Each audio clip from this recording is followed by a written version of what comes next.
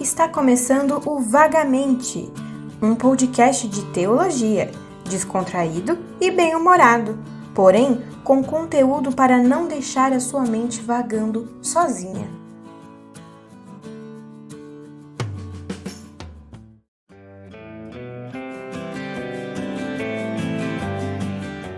E aí pessoal, aqui começando mais um podcast, eu, Thiago Comim e Gerald Viana, tudo bem? Tudo Tranquilo? bem, graças a Deus. Tá acordado? Tá. Pra quem não lembra, a gente grava esse podcast no domingo, às 7h30 da manhã, então a gente vem um pouco dormindo, mas pela graça a gente consegue. É isso aí. E hoje sim, nós vamos falar sobre o entendimento bíblico da evangelização. Você que ouviu o nosso podcast anterior, a gente deu um spoiler, mas talvez a gente não tenha falado desse ponto naquele podcast. Talvez não, a gente não falou dele. Certeza que a gente não falou dele. Mas é isso aí, hoje nós vamos falar. Então, continuando o nosso assunto, pessoal, agora falando então de um entendimento bíblico da evangelização. Certo, Gerald? O que você tem? Sim, senhor capitão. Para nos agraciar? Quais são as suas primeiras considerações do livro sobre a evangelização? É legal que ele já começa aqui, né, trazendo questionamentos, né? E o primeiro, o que você pensa quando você ouve falar de um evangelista? O que você pensa quando você ouve falar a palavra evangelista?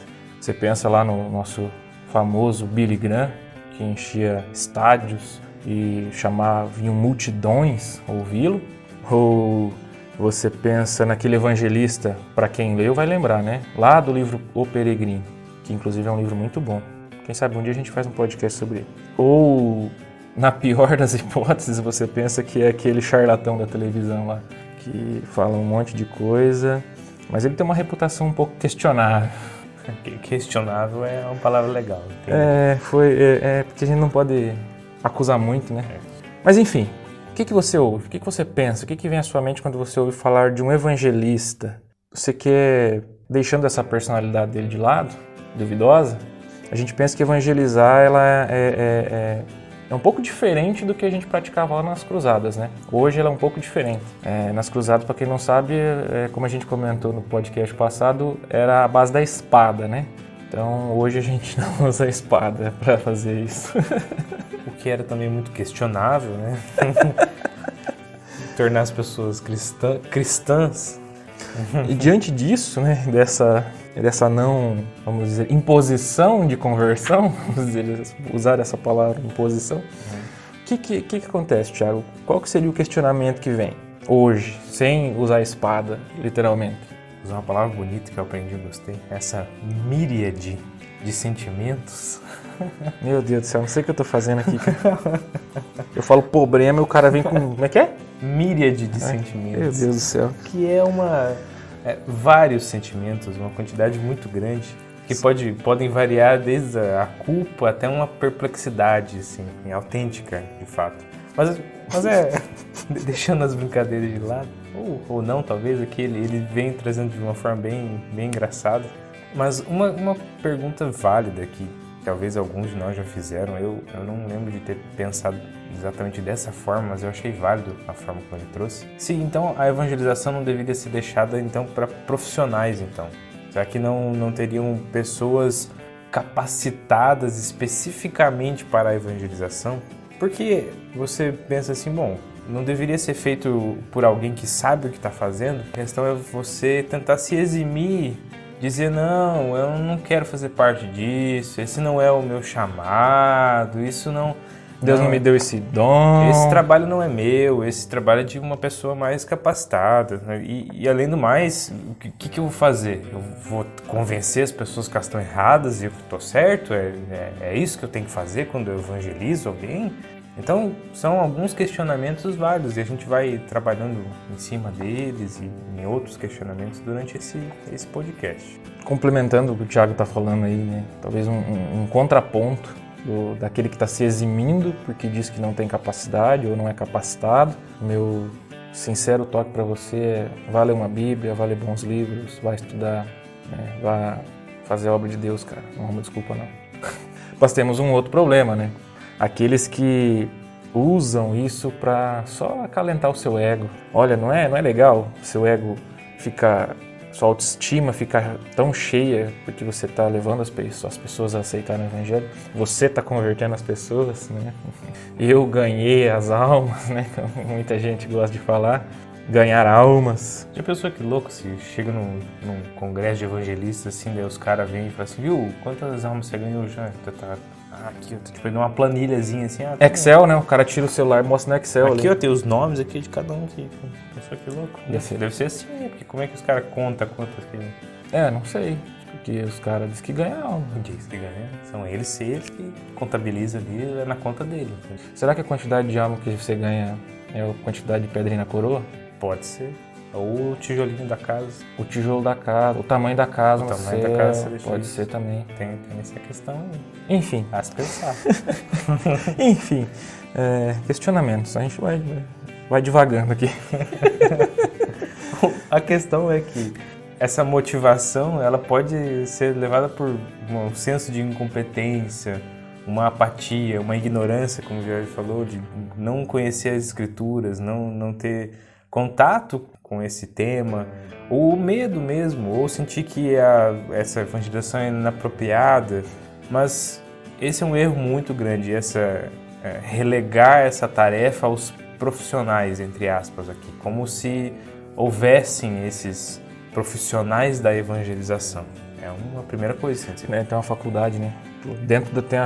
Tem o seminário, dentro do seminário tem a faculdade de evangelização. Acho que é mais ou menos por aí que o pessoal pensa.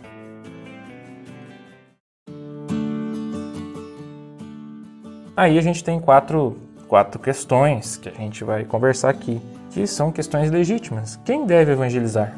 Como devemos evangelizar? O que é a evangelização? Por que devemos evangelizar? E agora a gente vai entrar nessas questões e vai trocar uma ideia com vocês. Começando então com quem deve evangelizar. Tem uma passagem interessante aí de Paulo.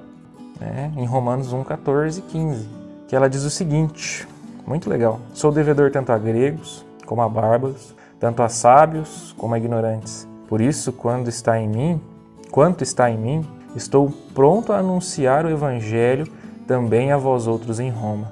A pergunta principal aqui que começa a entrar de quem deve fazer, essa chamada de Paulo, e sim, nesse caso particular de Paulo, esse chamado para ele, se aplica só a Paulo como evangelista?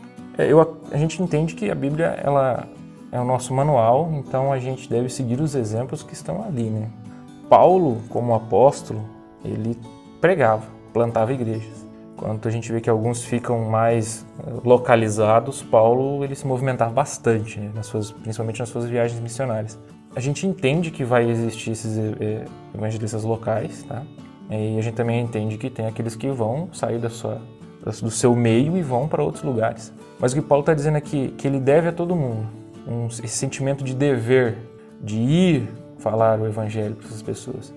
Então isso é um exemplo para nós, todos nós. Acho que Paulo ele traz essa percepção, mas o outro texto que tem aqui, que é o texto da Grande Comissão, né?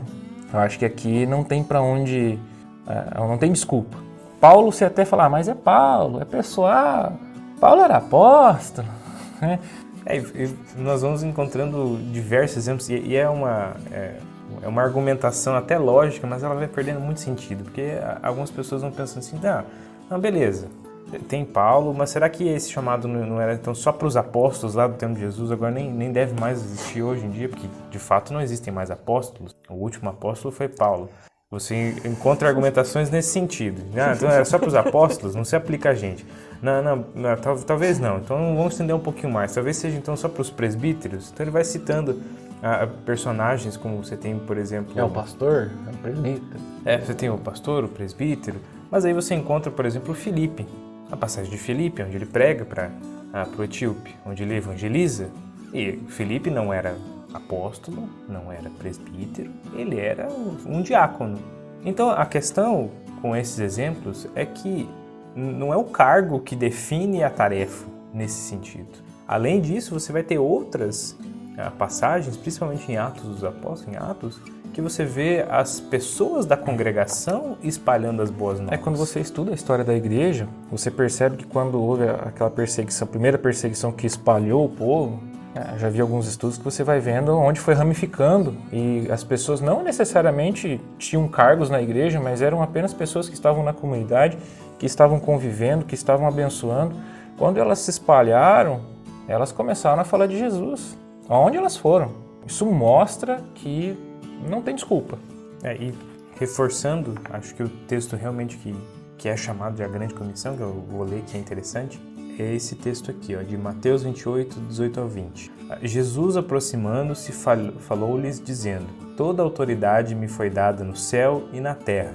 Ide, portanto, fazei discípulos de todas as nações, batizando-os em nome do Pai, do Filho e do Espírito Santo, ensinando-os a guardar todas as coisas que vos tenho ordenado. E eis que estou convosco todos os dias até a consumação do século. Esse texto não nos parece, não tem nenhuma evidência de ser direcionado a pessoas específicas, quando na verdade nos parece que ele é direcionado a todos os discípulos de Jesus, todos os cristãos nesse sentido, os cristãos que realmente são discípulos de Jesus.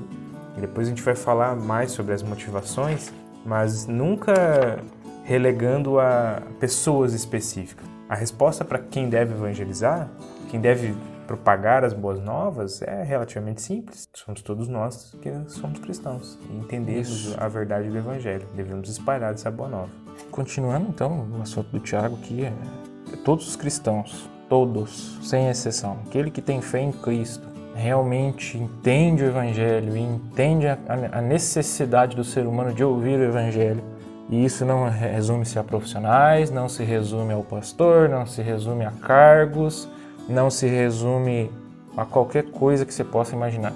É o dever de todo cristão pregar o Evangelho, propagar essas boas novas. E vale lembrar que, eu acho que esse aqui é um assunto muito importante, o que você pensa sobre evangelismo tem muito a ver com o que você pensa sobre Jesus. Já não é a primeira vez que eu falo isso, mas a visão que você tem de Jesus reflete naquilo que você vai fazer para Jesus. Então é muito importante a gente estar focado no verdadeiro Evangelho. Focado naquilo que realmente é real. Quando a gente entende isso, nós vamos começar a caminhar de maneira correta e vamos entender ainda mais que a evangelização ela é necessária, assim como eu já falei antes. Então, galera, quem deve evangelizar? Todos.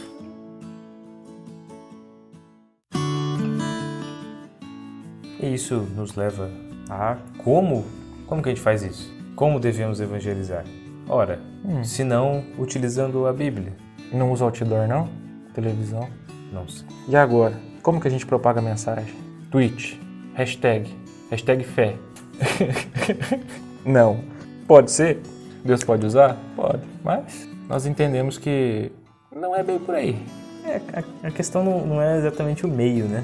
Você pode propagar pelo meio que você quiser. Tanto que a internet, podcast... Quando que você ouviria falar da palavra de Deus por meio de um podcast, por meio da internet, por meio da televisão?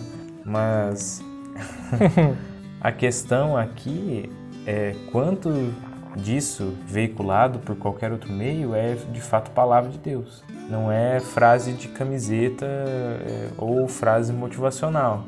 O grande cuidado do como evangelizar está aqui. Os meios estão aí e os meios são dados por Deus. Ele criou tudo e Ele nos deu a oportunidade de conhecer e entender e utilizar de várias formas. Pode ser uma conversa particular, você pode ir numa reunião pública, pode mandar um outdoor, um dirigível, como eles falam. No livro tem um exemplo, eles compram um dirigível. Compram um dirigível, colocam uma faixa imensa passando na cidade. Isso, jogam panfletos do dirigível. Jogam panfletos pela cidade. Os caras são muito doidos.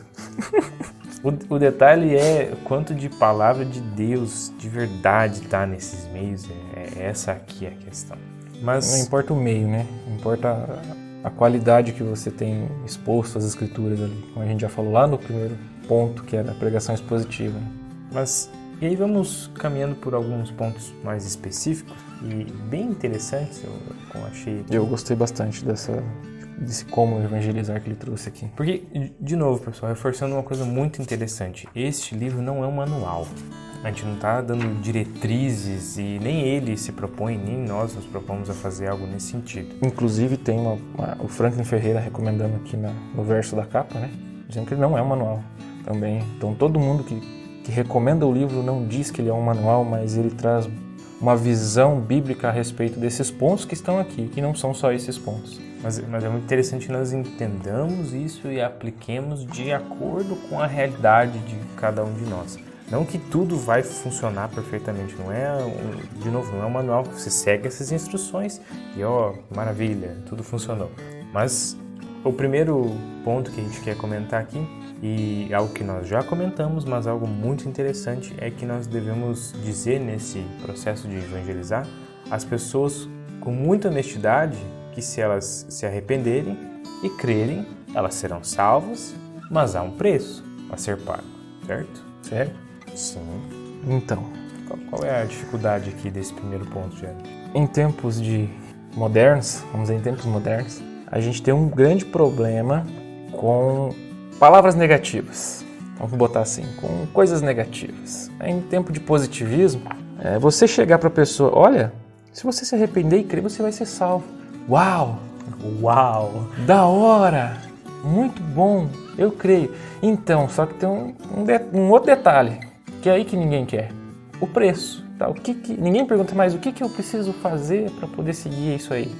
Isso é um problema, porque a gente não faz isso na hora de apresentar o Evangelho.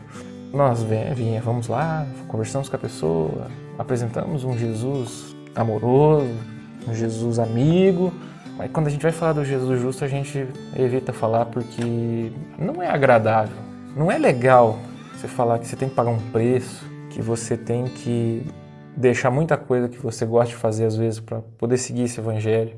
E você fala de pecado, culpa, arrependimento, sacrifício, essas palavras não estão conectadas com nada positivo de primeira nas nossas mentes.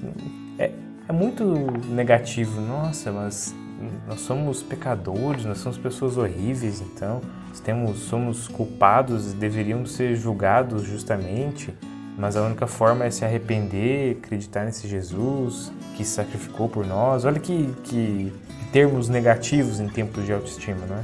É engraçado que, você vê, a palavra sacrifício, você tem que sacrificar algo. É engraçado que quando se trata de fé, as pessoas não querem fazer sacrifícios. Mas se trata de alavancar sua empresa, de ter o corpo bonito, a saúde perfeita, o status perfeito, os sacrifícios são válidos. Mas aí quando você vem e fala assim, você precisa sacrificar, que você precisa deixar de fazer essas coisas, isso é um sacrifício, você tem que matar o seu ego. Ah, não, mas aí não dá, né? Aí não dá, cara, porque esse sou eu, sou quem eu sou. Sou o que sou. Eu volto a falar assim, né? Uhum. Então, tomar esses cuidados e perceber essas coisas que estão acontecendo. E muitas estão acontecendo na igreja. Algo bem importante para finalizar aqui esse primeiro pontinho é que, do ponto de vista de quem evangeliza, essa retenção de informações, ela é muito grave. Porque você está basicamente manipulando a forma de evangelizar. Você está ali... Você está omitindo. Está omitindo e você está confiando mais na sua habilidade de convencimento, vamos dizer assim. Você está tratando ali com a pessoa, conversando com a pessoa, e aí você vai percebendo que ela não está muito, assim, não está gostando muito, né? Receptível para essa mensagem meio pesada, vamos dizer assim. E aí você começa a omitir algumas informações sobre esse evangelho verdadeiro e basicamente você está fazendo um desserviço nesse sentido. Manipulando a verdade, e isso chama-se defraudar. Isso é fraude. Você está apresentando uma coisa que não é verdade. E se a gente for ver em termos de justiça humana, se você vai perante alguém testemunhar um júri, se você omitir informações, isso é um crime. Você tem que pagar por ele. Quem dirá então a respeito do Evangelho de Deus, que fala das coisas eternas? É de se pensar, hein, galera? Próximo ponto dentro disso, da forma de como nós devemos evangelizar, um outro ponto muito importante é a urgência disso. Porque uma coisa interessante, e se nós formos pensar em outros casos, é válido. É válido você esperar em certos assuntos. Então, um exemplo financeiro aqui, aquela sua ação que você está doido para comprar. Nem lembro disso aí, cara. A tristeza do pobre é isso aí, olhar e não poder comprar. Ou aquele eletrônico que você está visando o tempo para comprar. Aquela câmera para os nossos próximos projetos, né? Ou então você pode não tratar só de coisas de comércio, ou você está... Aquela viagem com a família. você está com qualquer decisão à sua porta, assim, você tem que tomar uma decisão, e isso é uma coisa que a gente falou lá no primeiro podcast. É bom esperar às vezes. É bom você dar tempo ao tempo e deixar que o Senhor vá trabalhando em cima disso, certo? É importante esperar em certos assuntos. Mas quando se trata da salvação, o que você me diz, Gerard? Dá para esperar? Sou levado a crer que não. Eu sou levado a crer fielmente que não. Não existe oportunidade melhor nesse sentido. Porque quando a pessoa está sendo evangelizada, você está apresentando o evangelho e ela entende, diz que entendeu e que parece interessante esse aspecto, esse estilo de vida, essa fé maravilhosa, acho muito legal, mas ela fica retraída, temos alguns problemas. Talvez ela realmente não tenha entendido, talvez algum ponto ficou solto, ou simplesmente ela não quer. Mas nós devemos ser sinceros em relação à urgência, porque a gente bem sabe que o amanhã pertence somente a Deus. Então a gente não sabe, a gente tem que viver hoje com esse sentimento de urgência, de que levar as pessoas, orar por essas pessoas, para que o Espírito Santo as convença, para que elas já cheguem à fé. Eu não deixaria essa pessoa pensar em outra oportunidade em relação ao Evangelho. Sobre qualquer outra coisa, tranquilo. Você não está oferecendo um produto para ela, você não está oferecendo um livro, você não está oferecendo um cartão de crédito ou qualquer outra coisa. Você está oferecendo algo eterno. Então, isso é urgente. Para a situação do ser humano, como a gente já viu, decaída, pecaminosa, nesse sentido a gente não pode deixar para amanhã e explicar isso para a pessoa. A própria Bíblia nos adverte, tá, em Hebreus 4, 7, hoje, se ouvides a sua voz, não endereçais o vosso coração. No sentido de que você não deve deixar passar essa oportunidade. A gente não pode nunca viver esse pensamento egoísta de que, por exemplo, hoje eu ouvi a voz do Senhor me chamando para me converter. Mas calma aí, Senhor. Calma aí que eu vou primeiro cuidar das minhas paradas aqui, deixar tudo certo. Aí depois que tiver tudo certo, eu me converto e daí eu sigo a Cristo. Deixa eu acertar as minhas coisas aqui, e daí depois eu sigo ao Senhor. Pode ser? Difícil assim, né? Porque, como o Gerard falou, né? Pense em que situação que você está nesse momento. Você vai continuar nessa situação atual por muito tempo? Você tem como saber o que vai acontecer daqui, não é nem amanhã, é daqui a minutos. Você tem como acrescentar 1 minuto na tua vida, 1 segundo na tua vida, qualquer fração de tempo na tua vida, você tem como saber o que vai acontecer daqui a pouco? Não tem como saber. Então você ouviu o Senhor te chamando e deliberadamente não fez nada?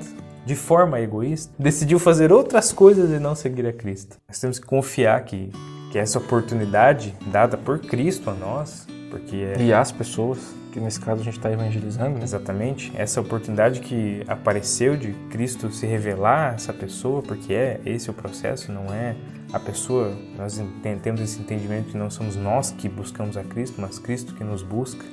E essa oportunidade, ela vem e ela não deve ser jogada fora, porque não vai ter uma oportunidade melhor, uma forma melhor de conhecer a Cristo. Essa minha primeira apresentação a Cristo foi meio esquisita. Acho que numa próxima palestra dele eu aceito ele. É tipo assim, entendeu? Como tipo palestra de coaching, né? Não é obrigado. Ficou meia boca. Na próxima... Essa minha primeira impressão de Cristo foi meio ruim. Acho que numa próxima, se me apresentarem melhor, eu aceito. Cara, não existe. Basicamente é isso. Pode ser que não haja outra oportunidade. Seguindo então, nosso terceiro ponto aqui de como levar a mensagem às pessoas é dizer às pessoas com alegria que se elas se arrependerem e crerem nas boas novas, elas serão salvas, embora haja dificuldades, mas vai valer a pena. Isso é interessante demais. Nós sabemos que você cristão que nos ouve, principalmente, sabe e entende da alegria que é viver com Deus. Mas também sabe que a gente sofre bastante, que não é um mar de rosas, essa caminhada com Cristo. Nem sempre as coisas são boas, também, pelo menos aos nossos olhos. Que em determinados casos a gente vai sofrer, e vai sofrer muito.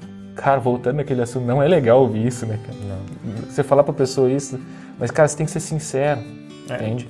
A questão é que é infinitamente melhor passar por todas as dificuldades com Cristo do que sem. E ainda mais, é infinitamente melhor passar por dificuldades com Cristo do que não passar dificuldades sem. Você está vivendo uma vida boa, mas você não tem a Cristo. E de fato, você não tem nada. Você não tem satisfação, você não tem aquele sentimento de estar satisfeito. Você não tem aquele sentimento de paz real, que não é uma ausência de conflito, mas aquela paz de que você sabe que o Cristo está contigo. Aí, nesse sentido, você pode até usar exemplos da sua própria vida. Quem aí não passou por uma dificuldade muito grande e não enxergava a saída aos seus próprios olhos? Deus, agora é com você. Isso te trouxe uma paz gigantesca e aquele problema se resolveu, passou, seja qualquer que for, ou você logo depois conseguiu achar uma saída que ficou tudo bem, conseguiu resolver. Cara, isso é maravilhoso. Só o fato de você ter entregado nas mãos de Deus de fato. É óbvio que a gente também tem, quando a gente faz nossos erros, comete nossos erros, a gente tem que tentar consertar eles, mas quando foge do nosso alcance e nós realmente nos colocamos de fato, não que a gente não coloque isso aos pés do Senhor, mas quando a gente entrega literalmente tudo isso na mão dele, e aquele sentimento de paz nos enche, cara, não tem sensação mais maravilhosa que essa. Essa paz que excede todo o entendimento. E é isso que você tem que explicar para a pessoa. Dificuldades virão, mas você vai poder viver em paz, até com as dificuldades. E a Bíblia traz uma lista, né, dos heróis da fé e das pessoas que, com as suas histórias, demonstraram isso, com a sua fé demonstraram o quão maravilhoso era confiar nesse Cristo. E aí você tem diversas pessoas, e o próprio Cristo, que suporta a cruz, sabendo da alegria que vem depois. Então, essa é uma mensagem realista de que não é arco-íris e unicórnios e coisas lindas e maravilhosas.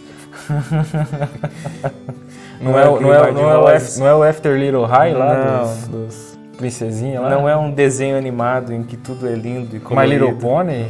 Não é. A Agatha assiste essas coisas e eu vou gravando os nomes, tá ligado? Eu também gravo que eu vejo lá. Imagina eu desse tamanho sentado assistindo My Little Pony. Da hora, né? É coisa de pai mesmo. Mas é essa visão utópica, que tudo dá certo, tudo não tem problemas, eu acho difícil de acreditar nisso. Mas o fato é que a vida com Cristo traz essa paz, essa tranquilidade, é maravilhoso, realmente. Chega a ser contraintuitivo, né? Uma vida sem problemas, né?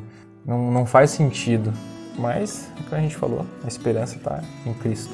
E aí a gente vai para o nosso quarto ponto. Muito simples, sucinto, rápido e rasteiro. Use uma ferramenta que provavelmente você tem em mãos ou no seu celular, se você não tem, deveria ter, chama-se Bíblia. Os ensinamentos vêm de lá, mas o principal ponto daqui é o seguinte: para você que está evangelizando, para você que entendeu que você deve fazer isso, os ensinamentos não devem vir de você.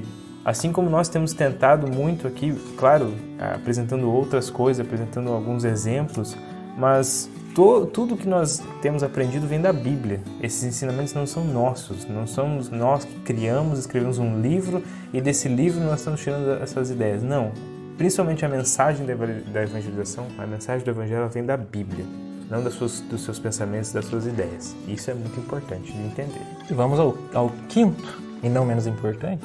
Compreenda que a vida de cada cristão e da igreja, como um todo, são partes centrais da evangelização. Doido, né? Sua vida particular, sua vida congregacional, ela tem que dar credibilidade ao evangelho. Você já parou para pensar nisso? Se sua vida, nesses dois aspectos, estão dando credibilidade ao evangelho? Essa vida que você tem levado tem realmente estado de acordo com o evangelho? São questionamentos que a gente tem que pensar, porque não adianta nada muitas vezes a gente ter uma boa dicção, uma boa oratória, um bom argumento, um ser extremamente bíblico, mas na hora de viver a gente pisa no tomate, a gente pisa na bola. Então esse é um ponto muito importante. Não é só isso, tá? Não é só isso. Não venham me usar viva e se precisar use palavras, isso aí é argumento de gente que não quer fazer nada. Não entendem a frase, inclusive, esse que é o problema, tiram ela de contexto para usar de argumento. É tipo tirar um texto bíblico do meio de um contexto e usar ele para o que você quer. É mais ou menos a mesma coisa. O que é importante aqui é que Deus seja glorificado. Sim. Pelo seu testemunho pessoal, mas também de uma forma coerente. Que você viva na comunidade de uma forma que faz sentido. Não faz sentido você dizer dizer que entendeu a Bíblia, que conhece, tem conhecido ao Senhor, está evangelizando, mas a sua vida na tua casa, principalmente dentro da tua casa, está uma bagunça e na igreja está pior ou igual, ou então você está fazendo essa máscara, tem uma máscara na igreja, né, do cristão perfeito, e em casa está uma bagunça. Isso não faz sentido, isso não condiz com o Evangelho. Se a sua vida pessoal, sua vida congregacional não estão de acordo com o Evangelho. Nós temos que não... E é uma coisa que ele fala muito interessante, que a gente já tem entendido. Cristão nenhum leva a vida perfeita. Nós não temos vidas perfeitas. Nós continuamente erramos, cometemos nossos erros, nos arrependemos, entregamos na mão de Deus, consertamos esses erros, reparamos, pedimos perdão para as pessoas, principalmente para Deus primeiro, mas também para as pessoas que nós afetamos. E a vida segue, dentro de casa, com família, com os irmãos da igreja. Essa é a vida. Não existe vida perfeita sem erros. Mas a gente faz um esforço de tentar viver de acordo com o Evangelho. Aqui é a questão principal. Isso nos leva ao último ponto desse como evangelizar, e acredito que deveria ser o primeiro, né? Só faz sentido, isso tudo só faz sentido quando você pensa na oração. Como eu disse, né? Você tem que orar, cara. Se você não pedir para Deus para abrir os olhos, para que Deus faça, como eu já falei, não tem argumento, não tem boa teologia, não tem cultos extravagantes, igrejas cintilantes, banheiros limpos, não tem nada. Se Deus não fizer e você não se prostrar humildemente, também para que Deus trabalhe em você, para que você possa entender o que Deus quer que você, de maneira que você age, e pedir para Deus misericórdia para você primeiro e depois para essa pessoa. É o ponto importante. A oração ela vai gerar intimidade, ela vai te aproximar de Deus e do propósito de Deus, e você vai conseguir evangelizar da maneira que Deus quer. Que você está conectado com quem é o autor da vida, é aquele que dá essa vida nova, é aquele que nos dá esse evangelho.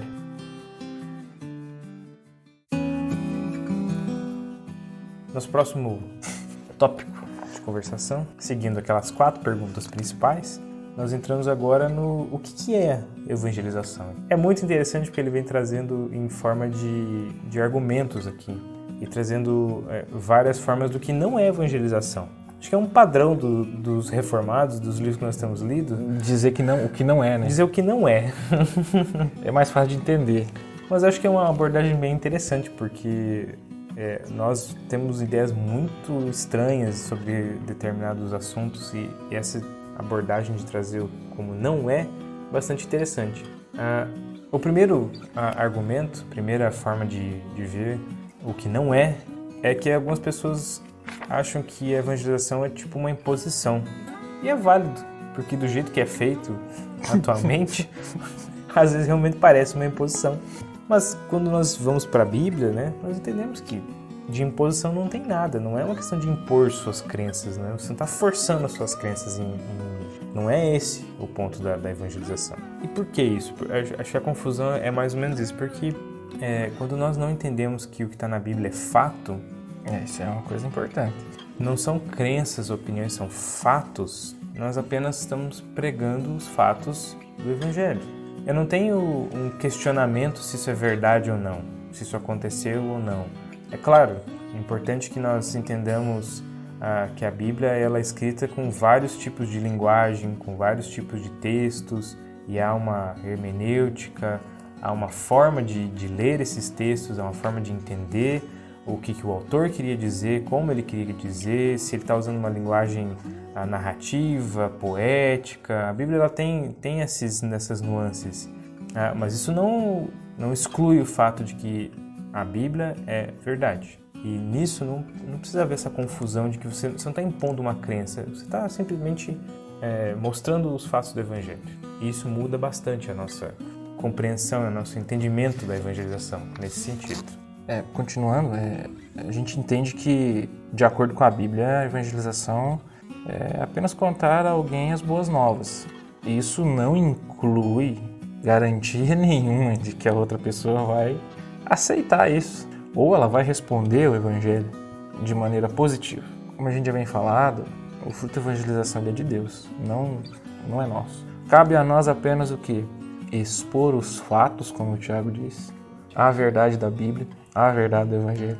isso de maneira que a pessoa possa entender que não é só mais um conto de fadas, não é mais algo que crê que pela misericórdia de Deus essa pessoa pode ser chamada. Não impor nada, não é pela nossa força, mas entender que esses fatos que a Bíblia nos traz e o Evangelho em si são verdades, como o Tiago disse. E dizer como verdades. Que muitas vezes a gente conta, eu já fiz isso também, quem nunca fez, de evangelizar como se fosse a terra das fadas, como o Tiago disse. Você não conta isso com convicção de que é uma verdade. Acho que esse é um ponto muito importante. E se você não tem convicção de que é uma verdade, temos problemas. E é muito interessante porque a Bíblia e o cristianismo reconhecem o nosso problema com a questão de caráter, né? A questão da natureza humana. E a Bíblia ela não tem nada que se pareça com um programa político.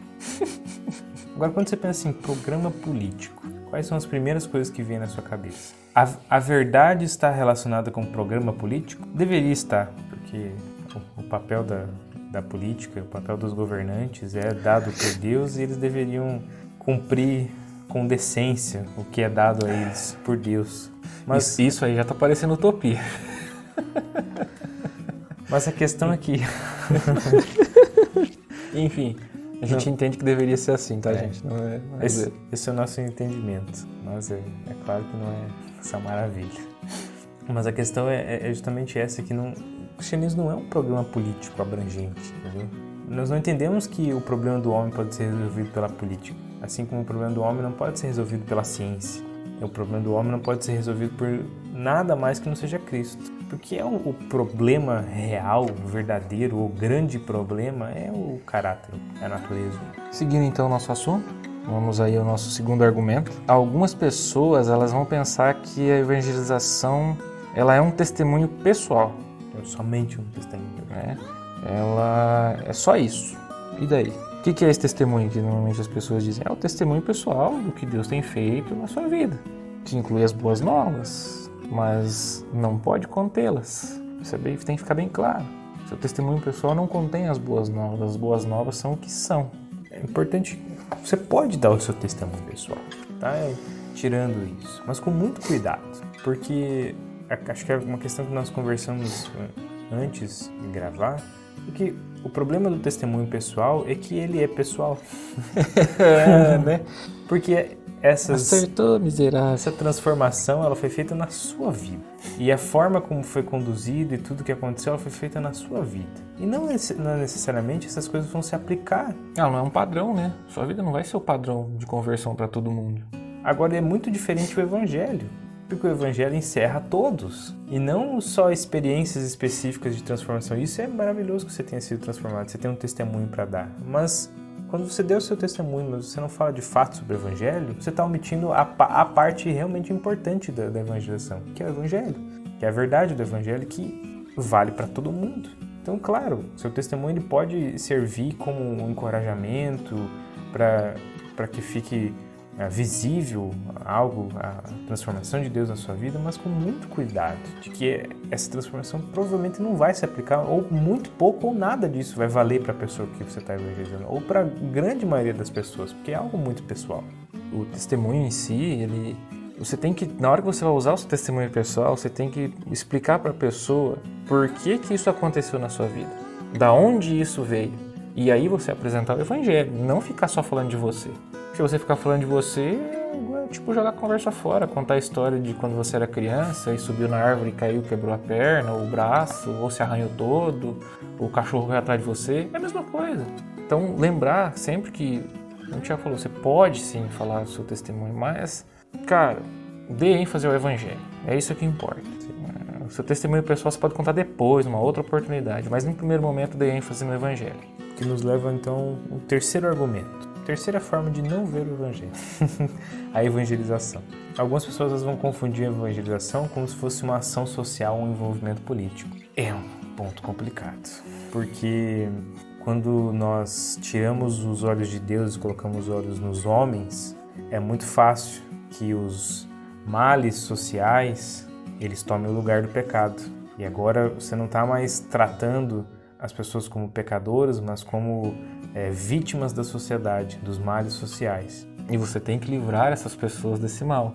Você vai livrar. Vocês, como pessoas, vão livrar, como igreja, vai livrar você. E aí já começa o problema aí, né? Isso não é uma forma de você ver o evangelho. Nós não entendemos que se voltar para isso, óbvio que isso é importante, tá? Calma lá. A gente entende que o envolvimento social da igreja, o envolvimento político da igreja, de maneira correta, ele é saudável, mas ele não é só isso. Não é isso que a evangelização é. Isso é uma parte da evangelização, como ação ainda, porque pregar o evangelho não é só fazer isso. De novo, né? O grande problema aqui desse ponto, dessa ação social, desse envolvimento político, ele pode muitas vezes ser motivado por uma coisa interna, sabe?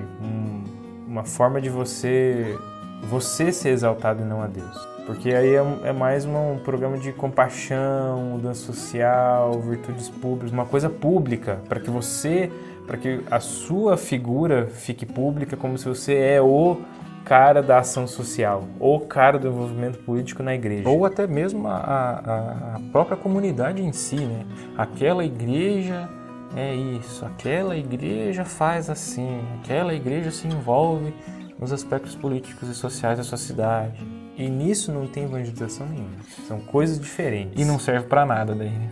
Essas coisas são completamente diferentes. O envolvimento social e político da igreja não necessariamente tem relação com a evangelização, são coisas diferentes. Você não está evangelizando por fazer uma ação social, por ter um envolvimento político. Esse é o grande ponto. Você deve fazer, mas evangelizar não é proclamar o plano político de Deus para as nações. Não é recrutar pessoas para a igreja.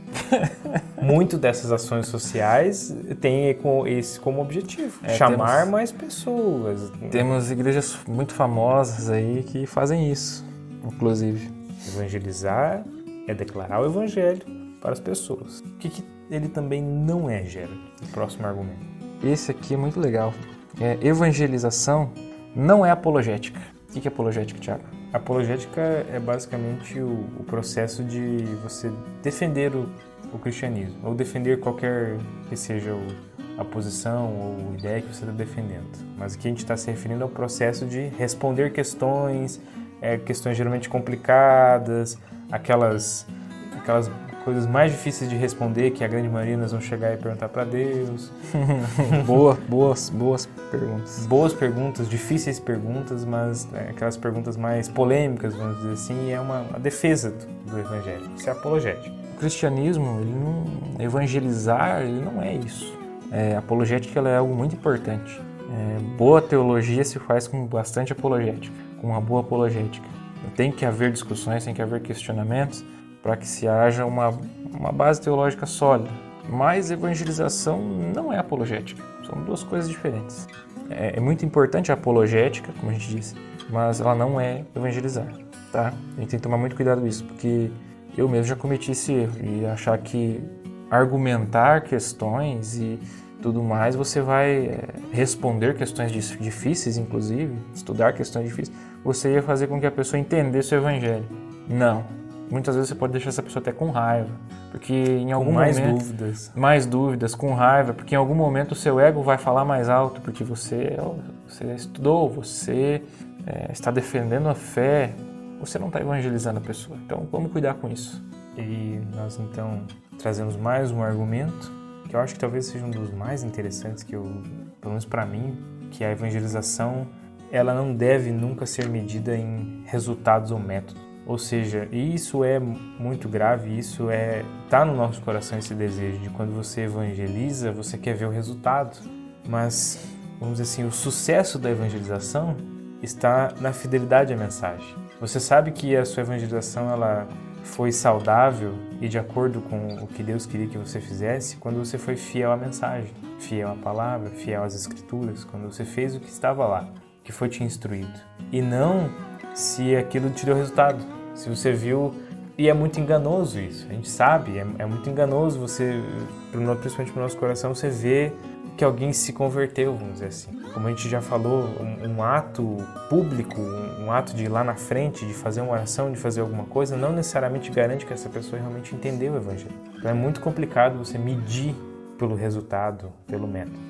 Não podemos cair no erro, não estamos nos contradizendo quando a gente diz que você não vai ver o fruto agora, porque a gente estava falando, você tem que insistir com a pessoa que agora é o momento. Mas não quer dizer que a pessoa vá aceitar naquele momento, vá dobrar o Evangelho. Você tem que ser honesto com ela de que não há tempo, que ela pode não ter tempo de realmente se curvar o Evangelho. Não é uma contradição, mas o fruto às vezes você não vai ver, cara. Quantas pessoas você já falou de Jesus? Para quantas pessoas você falou de Jesus, evangelizou de maneira correta, explicou, caminhou um tempo, ensinou, e a pessoa simplesmente não quis. Alguns anos depois, em uma outra oportunidade, você vai lá e vê aquela pessoa bem numa igreja. Depois de tudo aquilo que você fez, um tempo depois eu entendi. Mas eu lembrei de você porque você me explicou da maneira correta. O grande detalhe aqui é que esse resultado de método, de novo, ele volta para quem? Para nós. Sendo que não somos nós que fazemos. É porque você quer ver resultado, né? Você faz um investimento e você quer ver o resultado, você quer ver o jurinho entrando, você quer ver o negócio valorizando, O reino de Deus não é assim. Vai agregar? Vai, mas não é do jeito que você pensa que é. Muitas vezes você nem vai ver o fruto. Tem dois textos aqui que nós anotamos muito interessante que mostra esse fato de que não é resultados, não é o método em si que faz a coisa acontecer, vamos dizer assim, que é o de 2 Coríntios 2, do 15 ao 16. Ele fala assim, porque nós somos para com Deus o bom perfume de Cristo, tanto nos que são salvos como nos que se perdem. Para com estes cheiro de morte para a morte, para com aqueles aroma de vida para a vida. O que é muito importante dessa passagem de que é Paulo, quando Paulo está pregando aos Coríntios, é que ele pregava a mesma mensagem.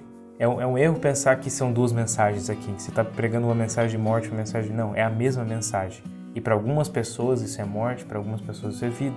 O que nós entendemos disso também?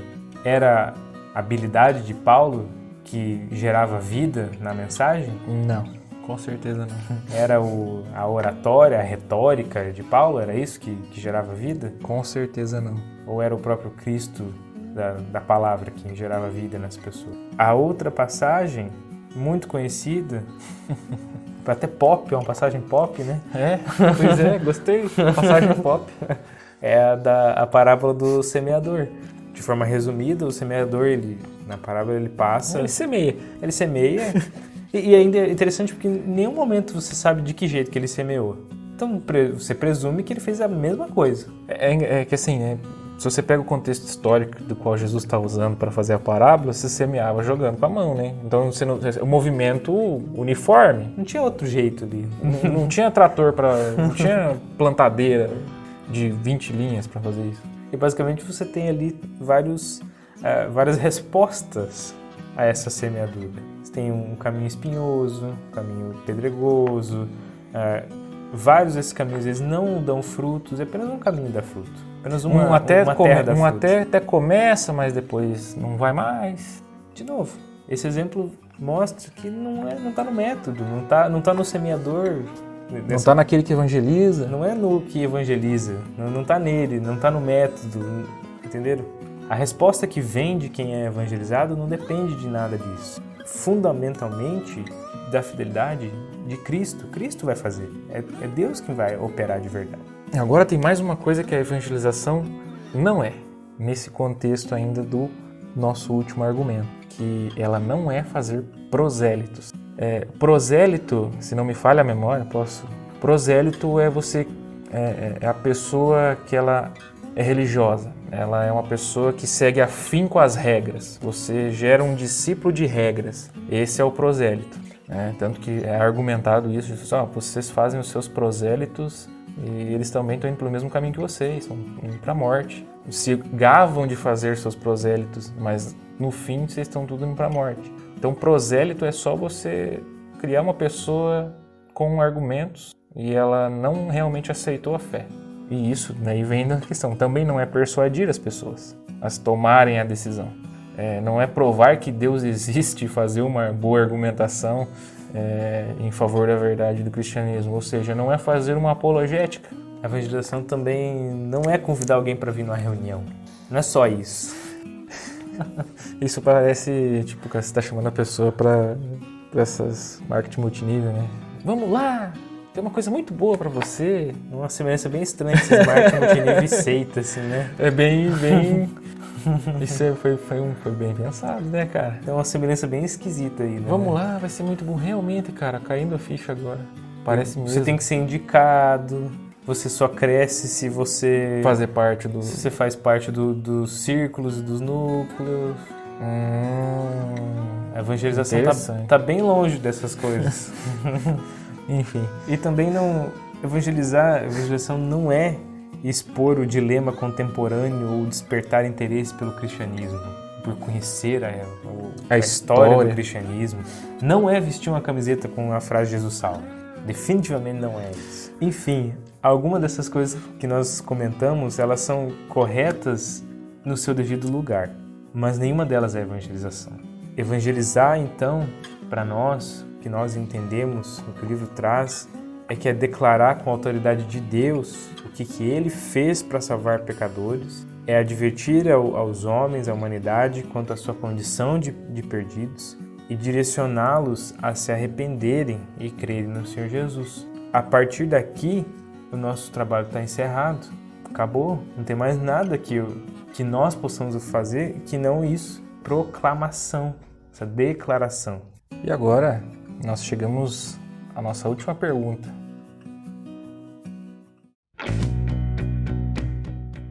Por que devemos evangelizar? Ele faz umas perguntas muito interessantes, que muito legais, eu gostei. Porque essa pergunta, essa motivação... Não, mas é uma pergunta trivial, né? Por que eu amo minha esposa? Por que eu cuido dos meus filhos? Se isso é uma coisa boa, por que eu me importo com o motivo de eu fazer isso? Por que, Jair? Por que essa é uma pergunta válida? E agora? Por que evangelizar com a motivação errada pode ser um grande problema? Bem, aqui não vamos falar nenhuma novidade do que a gente já falou, né? Pode haver um motivo egoísta.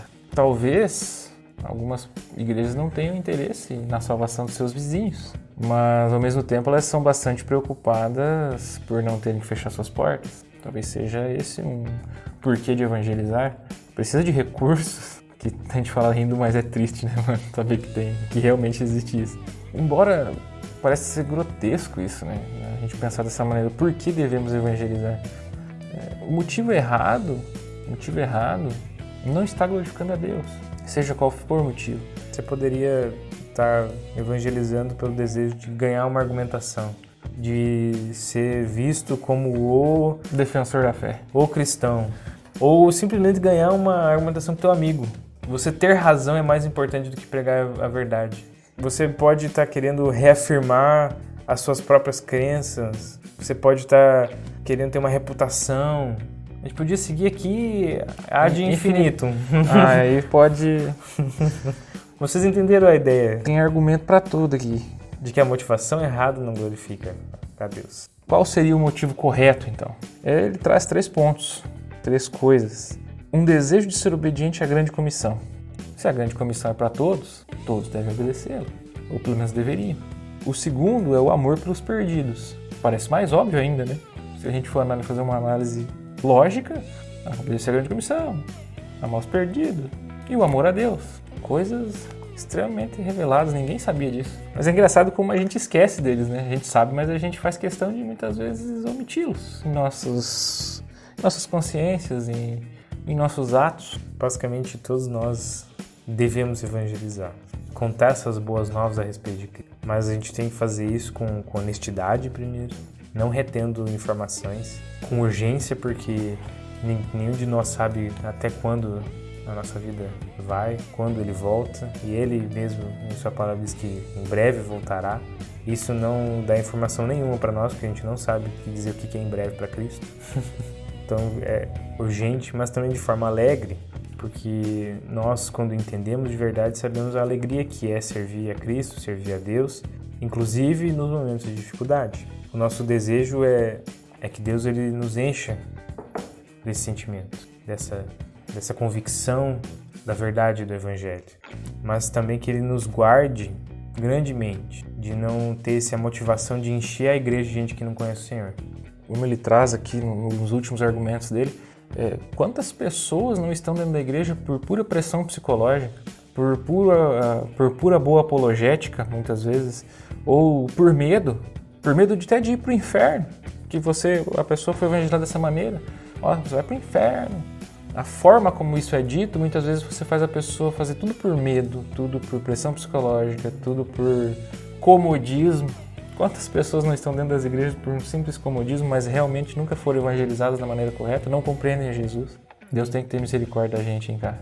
Um último argumento que eu vou deixar para o Gerald é que ele fala uma frase muito interessante, uma última desculpa, uma última muleta do cristão, é dizer assim: se você crê na eleição, não evangelizará.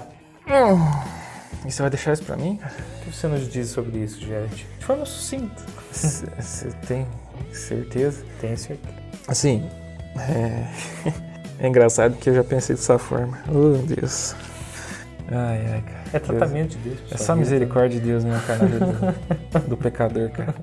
É muito bom, né, você se eximir do trabalho, né? É muito bom você não ter que se importar com pessoas.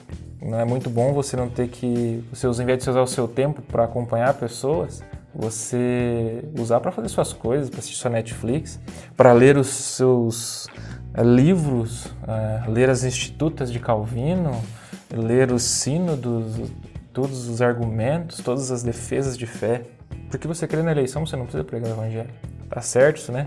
Não, com certeza não tá certo. Porque nós entendemos que o crer vem pelo ouvir, e o ouvir da palavra de Deus. Mas como crerão se não tem quem pregue? Como vão ser chamados se não tem ninguém falando para eles? Como eles vão ver se não tem ninguém abrindo os olhos deles? Levando a mensagem, mostrando esse Deus, tentando levar o Evangelho de alguma forma. Então, se você crê na eleição, você deve evangelizar. Essa seria a frase correta.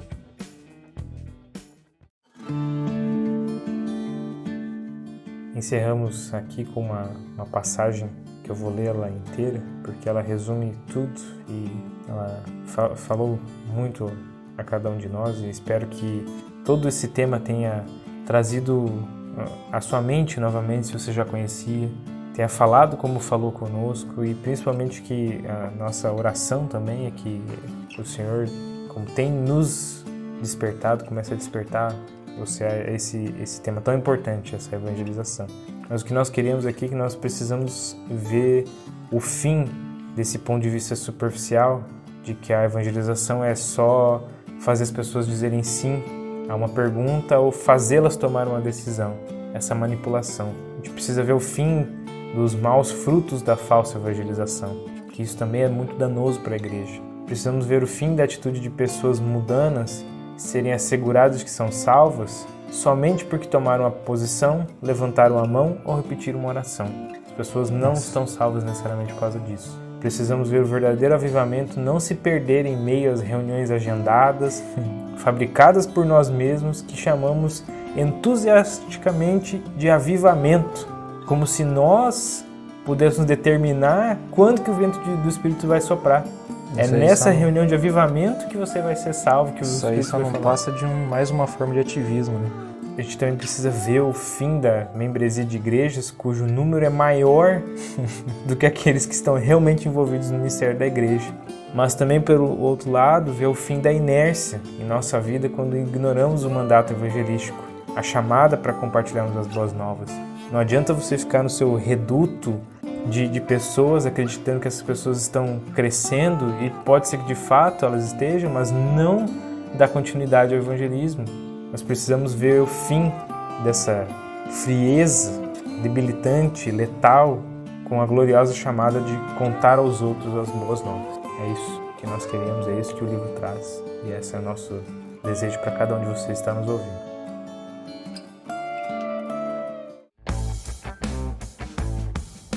Atenção, chegou a hora dos recados. Se você gostou do nosso podcast, dá uma moral pra gente. Estamos em várias plataformas. No Instagram, @vagamenteoficial. No Spotify, Vagamente.